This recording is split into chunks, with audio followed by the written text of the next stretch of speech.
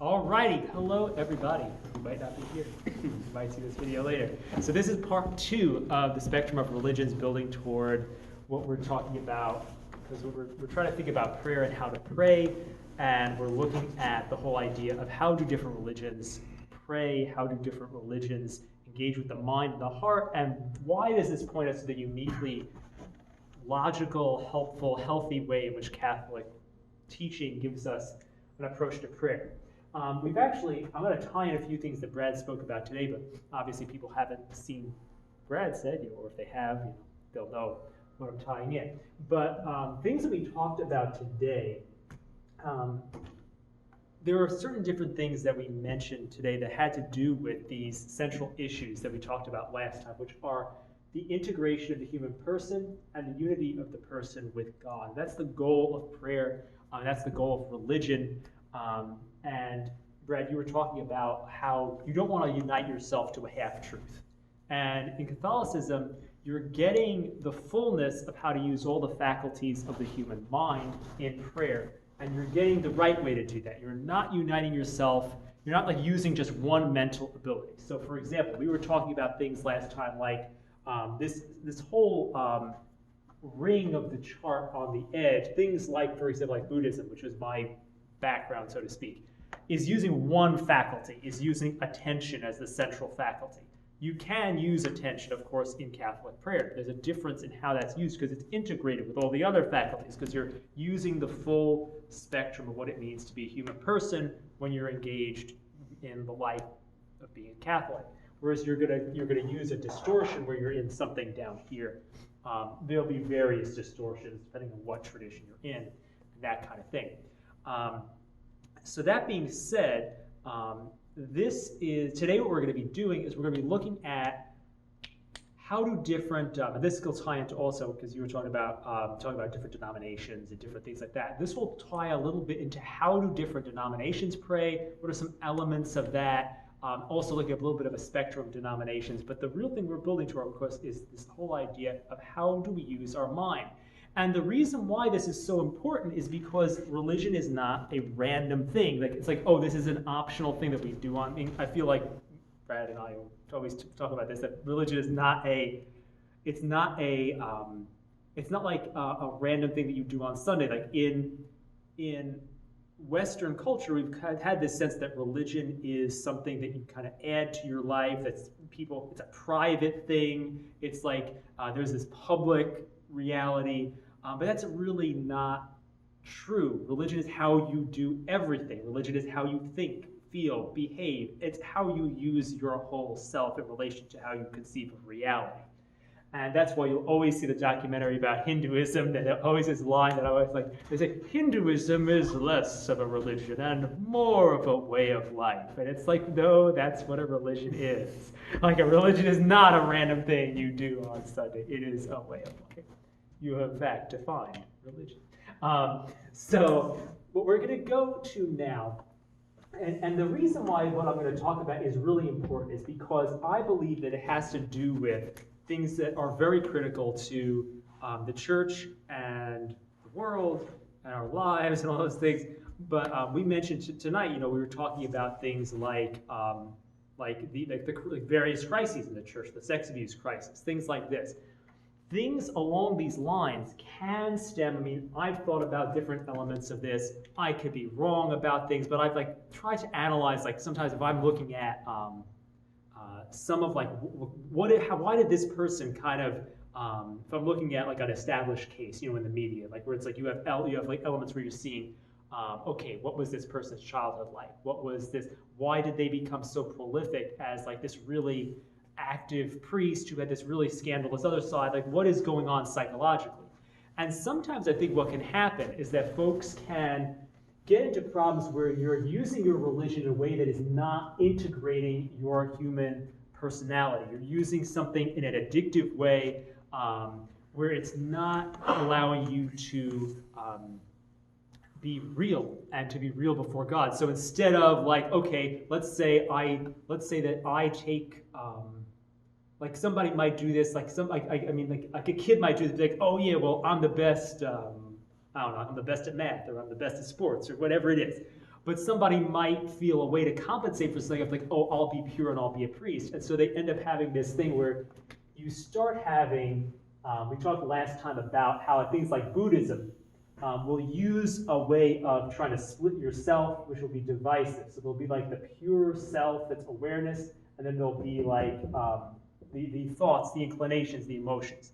And so what can happen is in even a tradition that is more geared toward using all the parts of the human person, you still can use it addictively. You still can use it divisively. You still can damage yourself using it. So I think a lot of times you'll get folks who are very, they may compensate. They may say, okay, and I'm not speaking from experience at all on this thing, but I could just certainly see this in myself. You can say, well, okay, I'm like when I was a Buddhist, the reason why I wanted to be awareness and to be all these things is because I wanted to be perfect. And so I can see elements of that, of how I use that in my faith. And I can only estimate that on a very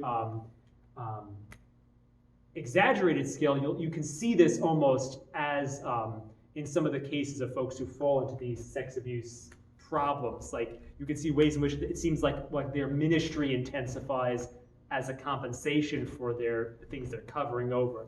And so that type of thing is a problem, because what we're supposed to be doing in prayer is we're supposed to be integrating our human personality so that we're honest, real, true before God, bringing our inclinations and our emotions all together.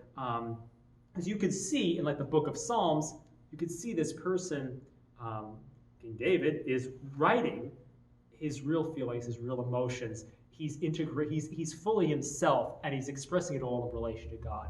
And so we're going to move toward how do we get there, how do we do that, and let's kind of do that very briefly here. And I'm going to show you so that you kind of have a better sense of where I'm going with all this, so you get something useful in addition to me giving you all this weird theory about stuff. So the thing is, how many of you guys have ever done like Lectio Divina? Okay, we see some hands, good. So Lectio Divina, it's just like, if you look at things like that Catechism of Mental Prayer book, like there's different terms for different things in different steps. I made my own little thing that's just going to try to be like, okay, like summarize what happens in each step. And I'm going to show how this connects to what we talked about last time. And sorry for the messy ladder of prayer here. But basically, in Lectio, you have what you would call like a phase in which the person reads first. And I think that this can be done, it doesn't mean that you have to necessarily read in this phase. So for example, if I was an Eastern Catholic, an Eastern Orthodox guy, I might look at an icon. I could look at something. There's a receptive phase that uses the attention. That's the first thing that happens. There's some type of a receptive phase. Then the next phase, let's say it's a boring place I'm in. That might involve someone using the imagination to kind of generate a stimuli. So, and this can even happen, let's say, in more of like St. Ignatius of Loyola talks about, like he uses certain terms that are different than you have the Carmelite stuff. It's different terms he uses, but he likes to use imagination. If you were Eastern Orthodox, they beat you up. No imagination allowed. They don't like imagination. We'll go into that. But you could begin with something receptive, then imaginative. Then you usually you engage thinking, reflecting on something. Then you might make resolutions. You might say, okay, like I might think about, okay, God is good to me, therefore I'm going to do this. Make resolutions.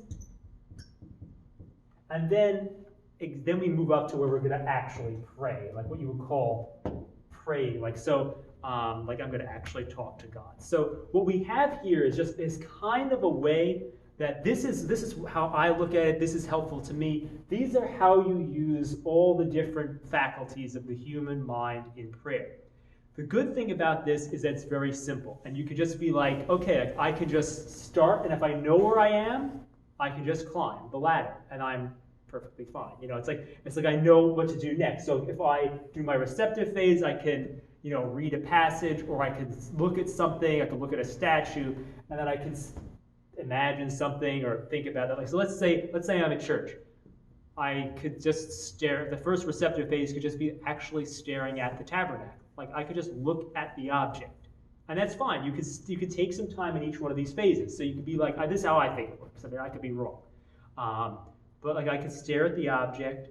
I can like literally like look at the tabernacle, keep looking, just kind of calm myself down, look at it. Then if I want to imagine something, I can say like God is right in front of me. Like I can imagine that. Whoa, okay, that's Jesus right there. Then I can say, okay, then I can think about it. Say, wow, like I'm in here with God. Like it's like, and so that's a thought. I can resolve. I say, okay, let me spend some time talking to God. Like, and then I can actually pray and say, like, Lord, like, help me with this. Like, I'm having a problem. Or like, thank you that I'm here with you. You can see how natural and normal this is. I'm just breaking down what would happen, so you kind of know what step you're in when you're doing this. So this is how I think about mental prayer. I think that this kind of framework is what's happening. Like, if you take different things and like you put like what's in that Catechism of Mental Prayer book next to this, there'll be terms like they'll call this thinking phase like making considerations. Like you'll have these things like certain terms, resolutions. They'll have different terms for these things that are more traditional. But I'm just giving kind of a faculty by faculty thing that you can just kind of use in your prayer time. And the point of this is that when you do this, you are intrinsically engaging all the parts of the human person. And this is why the Catholicism is the true religion, because it truly helps us integrate ourselves and use all the parts of ourselves. Now, what we were talking about last time is the problem of these different religions are really only using one of these faculties a lot of times. So, for example, things like Buddhism are going to fixate down at the receptive thing. So you're going to just pay attention. Pay attention and pay attention and pay attention. And if you use anything else, it's to point toward paying attention. It's like it's all going down the wrong way. Or let's say you go to the old ancient West, not Wild West with guns. But if you go to like Stoicism, you're gonna thinking. It just stops there, and it's all about that. Or you can even get things that are a fixation like over here. You could get something like Islam with 12-step movement or these type of things. And a lot of modern therapies also work according to these principles. So for example, and obviously this is educational, not a therapy lecture of any kind, but things like the mindfulness-based therapies, things like cognitive therapies, things along these lines, the 12 steps. These things are using only one set of faculties. And so the thing is, like when you get these things, there are elements that you can kind of break them out. Once you come at some of these things from another context, you can kind of use them and modify them. But the problem is that if you use them in the way that they are, I think that, and we're going to quote somebody who I think is a saint, even in our tradition. So we're going to quote St. Gregory Palamas for some Eastern Catholics, I'm sure revere him. But he talks about how, it's like when you have these different ideologies, you want to take in, it's like a snake. You can take the snake and you can use parts of the snake's body, but you don't want to keep the snake's head on it. The problem is that if you take a lot of these things, like if I do Buddhist meditation, I'm going to break my brain because you can't take it in with the whole of it. You can't take in the whole thing because then it has its assumptions. That's even what St. Paul talks about. He says, take everything captive. You want to get the good stuff, just like St. Thomas Aquinas takes Aristotle and reworks it and brings it into the Catholic tradition. Or like some people took Plato, rework it, put it in. So that's what you have to do with these things. You have to figure out where do they fit, what pieces can you use, and like a lot of it's very dangerous if you don't get the head off the snake and you're gonna die. So it's like, that's the thing there. Were you like trying to signal something? Can I ask a question? Yes. The top thing is scribbled. Can you rewrite that? What is that? This was just praying. This was prayer. So yeah, when you write those 5 things, and you call them faculties. Yeah. You're talking faculties of the intellect. Right. So what I'm thinking about, so the thing is, I'm looking at a similar way of looking at things, like when St. Thomas lists them out. Yeah. Like I'm looking at a way of I'm thinking that this receptive thing is really just the senses. Like that's what I think goes here, more or less. Okay. Like I would say that probably the intellect, like what I'm saying, thinking, that would be intellect, resolution would be will. Actually, I'm glad you said that because resolution and then the prayer would be the will part. Yeah, and the Yeah. thing that's interesting is you get. Did you have something else that you were trying to say? No, I got it straight in my mind. Yeah, now. because what I like even in the Eastern Catholic tradition, they have a slightly different they have a slightly different model of the human person, and I like this element because we have a thing where we have, like we would say like know, love, and serve God. There's different ways we can use different terms. I like the Eastern way of looking at things, where they also talk about another faculty, which I would, they call it the nous, N-O-U-S. The way I think about this, and Brad, you can tell me if I'm out of whack on this one, is I would think of like the intellect, I think of the intellect, I think that there's many ways in which these faculties are, it's bonkers. Like some saints and things will use it in different ways. There'll be overlapping understandings, ways in which like St. Thomas will mean one thing. They'll mean different things by these things. I like saying that there is a faculty that prays. There's a relational faculty.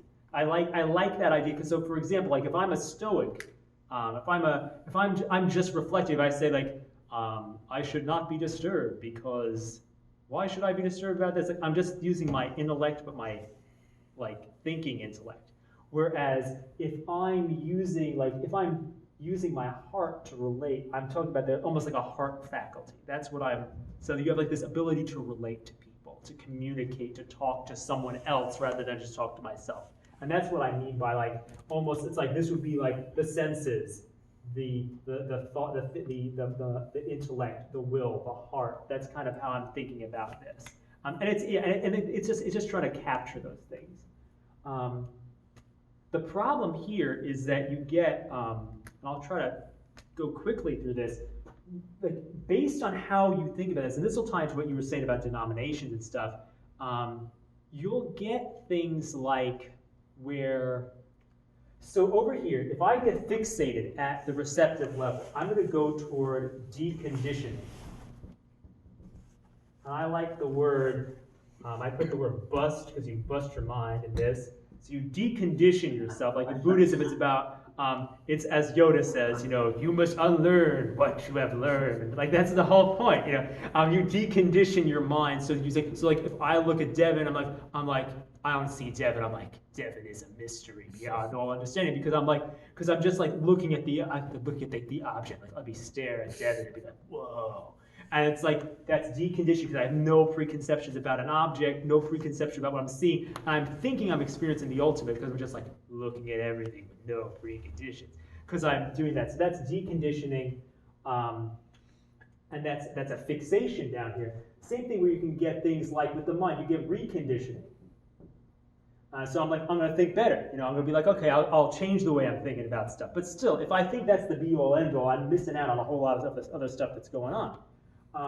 You can get up here and you can kind of get to things where, you can get into Protestantism and things like the 12-step movement, things like that, where you can get a thing where you could have like some type of conditional stuff going on. Like, so for example, I'm going to summarize this. So like, for example, like in Islam, you could have things like, oh, if I do the right thing, I'll go to heaven. Like in Islam, it's like literally like more like that works-based type of thing. I'll do the right thing. Or even like Judaism is much more like I'll follow the commandments, so I'll go to heaven. Conditional. And also you get at this phase over here, you get this other side to the thing where you get in Protestantism this idea of this fight between the unconditional love of God, which they would term as the grace, like the faith and works problem. That kind of happens over here. And that type of thing impacts their spirituality, impacts that. So this fight of unconditional or conditional, or like all these other things are bad because they're conditional methods. God's grace is free. That type of thing. But the thing that we actually have, because as Catholics we have a different approach, which I like to say the one conditional approach, because Catholicism is about participation. So for example, the Last Judgment scene, basically Jesus says, if you were loving, you go to heaven. If you participated in my love, you were merciful to others, you go to heaven. It's like there's the one conditional thing rather than unconditional or versus conditional. It's kind of like if I love God, even like St. Therese will talk about like if you just love God and to say like I trust you, that you could go to heaven. Because why? Because that was a perfect act of love. Obviously, it could be harder to do than just that, but we still should have that confidence. And so the thing is that there's this element where we're kind of like, if you get stuck at these things and don't realize that it's really this one conditional thing, participating in the love of God, you get fixations at different levels. I like to call it like this is what we said: unlearn, learn, earn, or if you're a Protestant, it's like you're saying turn, and then I put burn with love as the top. So I like acronyms, but that was my little thing there. The important thing to remember here is that also, and I know I'm like running through a lot of weird stuff all at once, real fast. But I wanted to try to just give you guys every weird thing that I thought of ever. Don't worry, I haven't managed to do that yet. But the important thing, though, is that there are really, we talked about one of the big scandals in the church. We talked about the sex abuse scandals. That's like one major hit. Then we also have what I would call like an ideological scandal. Like, so for example, me having been in all this weird stuff, I came into the church and I was like, whoa, everything weird is like getting in. This is bad. I was like, this is awful. Let me just be depressed about life forever.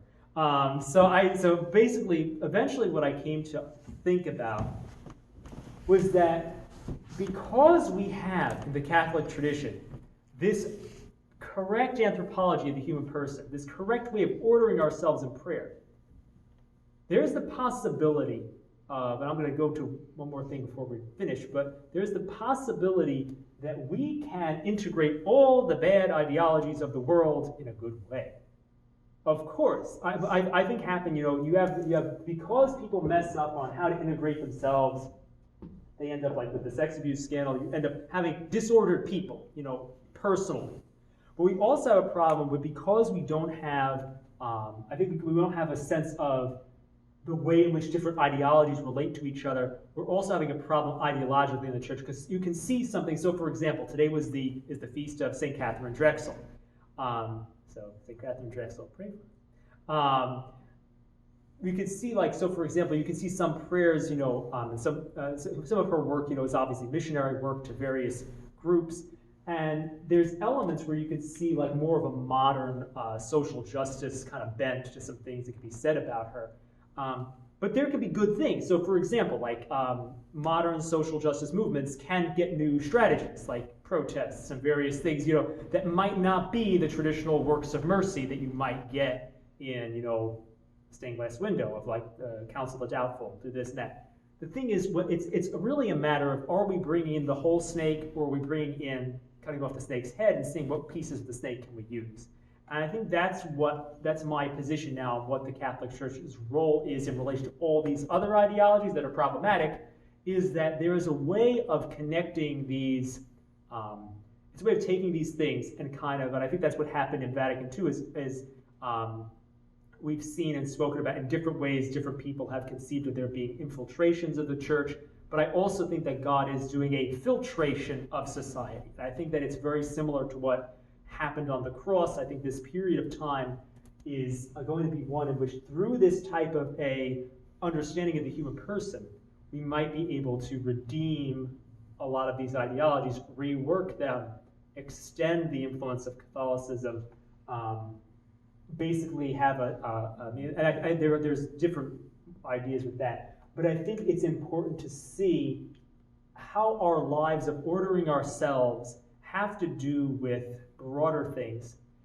It's very important because when we order ourselves, we participate in prayer in the mind of Christ himself. We participate in the kingdom of God. We participate in his rule in the world. When I was a Buddhist-y guy, there would be Buddhists would talk about meditating in order to walk in the kingdom of God. They would talk about like being in like the zone of, they call that the kingdom of God. But really the kingdom of God is, we want to live fully, we want to live in the mind of Christ.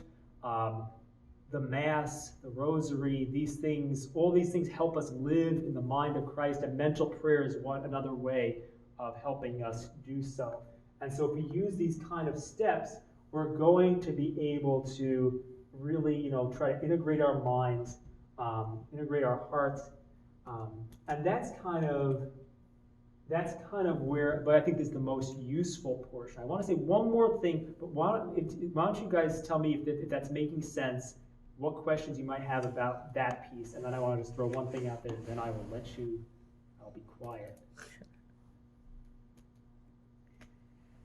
Any thoughts?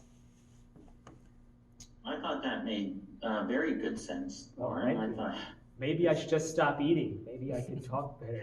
Maybe, Bravo, Lauren. okay. All right. So the last thing I just want to say is that there are many styles of prayer that are available in the Christian spectrum. I just want to kind of list them so that I've said them to some of them before I drop dead. So basically, there are different ways of doing things depending on what tradition you're in. As a Catholic, we have a very good way of doing this because we have this ladder. As Western Catholics, we use very much this ladder of things to go and train each faculty individually. In the East, one time me and Brad were joking about it, we were like, why is everyone in Eastern Orthodoxy, it's like the same saints over and over again, like there's no variety, like why are they all the same? Like it's the same guy, man. It's like every guy is the same guy. But it's so weird. Well, I think what happens is, so their method's more like a bullseye. So when they pray, like I call this, I don't know, I try to make funny names for them. I call this like this the integrative method. You're using all the different faculties. They have funny terms. They call it, they have a thing called nepsis, which is like watchfulness. They have a term noetic, which is like the heart faculty. So there's like the neptic, noetic method. So basically what they do, when they pray, they don't do any of this. I mean, they say they don't do any of this. They're like, no middle faculties. They just pay attention and they pray. And that's it. They hate imagination because if you stick that in the middle of trying to pay attention and pray, it just doesn't work. So it's like you can't just slap that in the middle because basically what they do is they just watch their thoughts. They're doing something that's it would be very recognizable almost to a Buddhist. You're just kind of watching the thoughts come in, but you're also repeating this prayer constantly. And so they're watching the thoughts come in, trying to keep the prayer in front, and like bat the thoughts away. They're doing this whole other method. That's their standard method of prayer. So they don't like this one step at a time. So that's Eastern Orthodoxy. Things you'll get as you go into Protestantism, you'll get things like maybe like just like a humanitarian kind of prayer, like you'll get in like maybe a mainline denomination. You'll also get folks who will do like a categorical prayer, like so folks who will affirm a truth. Like the prayer will not be like, God, forgive me. It'll be, I've been forgiven, because it's a sense that you have to have that possession of the truth. It's a different way of looking at salvation, so it is a distortion in how you affirm the truth in the prayer. So you get that kind of categorical prayer. You also have weirder forms. So for example, Christian Science and the New Thought movement, there'll be things like affirmative prayer, where because I believe myself to be one with God, I impose my will on reality and say, I am a millionaire, I am a millionaire, I'm a millionaire. I mean, it's crude, but that's, or I am healthy. I mean, of course, when I'm using nicer, more uplifting language, affirmative prayer. You'll also get things in like the Pentecostal movement where it'll be an ecstatic form of prayer, where you'll get, it said the emotions will become, very much that'll become a primary faculty instead of, working it this way. You'll get the emotions as a primary faculty and the sensations become very amplified. Or you'll get hypercharismatic areas where you'll get trance-based prayer, like you'll have people really zoning out, which is not, it's dangerous, So you'll get that'll happen too. So there's a lot of different ways people can go. You even have, who's heard of Johnny Appleseed? What do Johnny Appleseed and Helen Keller have in common? It would appear. Johnny Appleseed and Helen Keller are both Swedenborgians. That's a very rare denomination. So there's forms of prayer in that denomination where they do it's more like engaging with spiritual realities. It's like a way in which prayer prayer is not about controlling anything outside you. It's about like blending with the spirit world. There's also things like you'll get in Swedenborgian, you'll get in the Mormon church, you'll get almost a hypnotic form of prayer. If you've ever seen Mormons pray, it's very getting revelation, channeling almost the revelation, very hypnotic. So there's a lot of different ways. So I didn't waste your time with making the giant spectrum, there's no room anyway, of the denominations wheel, but there is a way that you can pretty much make a wheel of the denominations, a wheel of those prayer styles, and put them on there. But we are very blessed to have the real way of integrating the human personality through training and steps. And so the recommendation is, now that we have all that theory or whatever, would be, look at the Catechism of Mental Prayer book. That's a great guide to that. Yeah. Even using once that type of thing. But I think once you kind of have something like that, it's helpful. But I think that this framework gives a sense of what's happening, and you could just take this framework and run with it and be like, okay, here's how this works. Here's what's happening in my prayer time. And so I think it's a good way of being able to just kind of know where I am. It helps me structure where I am in my prayer, and that's that. Yes. Warren, I think it's helpful too if people aren't aware. So I like the latter thing. Sometimes this kind of happens naturally if you're like as we would say, be docile to the Spirit. But if sometimes it helps if you imagine that's made of paper, so you can fold it around and connect the ends. So sometimes you'll be praying. If you're distracted or something going, you go back to the receptive part or back to whatever you need. You're able to take what you need. So it's a guide rail like a ladder. Yep. It's not a hard rule necessarily, especially if you're beginning. Because some people, that's very good, but they'll read the Catechism of Mental Prayer. They'll hear a little bit. They'll get frustrated because they'll get stuck or they don't know how to do this. And it happens, like you said. It happens naturally.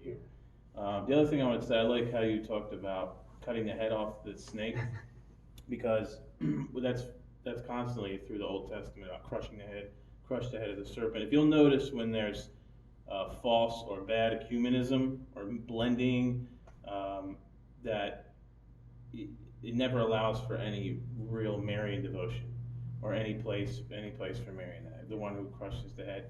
Because it's easy to say focus on, which our focus should be on the divine. It's easy to do that though in a way that allows for a lot of wiggle room. Yeah. But what does Mary point to? The incarnation, and Jesus is a man, and then you can't wiggle through that. Yeah, that's a really important thing, because that is tied to a lot of Marian stuff, because there's things like, this is like more private revelation, things like that. But there's a lot of things about the Marian age. There's a lot of things that I kind of like to think about that help me kind of come to this place of thinking, okay, like, how does Mary, because I always felt that Mary crushes the serpent's head by keeping everything serpent-like out of the church. But I think now it's like Mary crushes the heads, and then we get a really weird meal. I mean, she cooks up all the serpents. She's like, here, eat this. And now the church is like on steroids with all the bad ideologies reformed, and now the church has all the ammunition from the world, and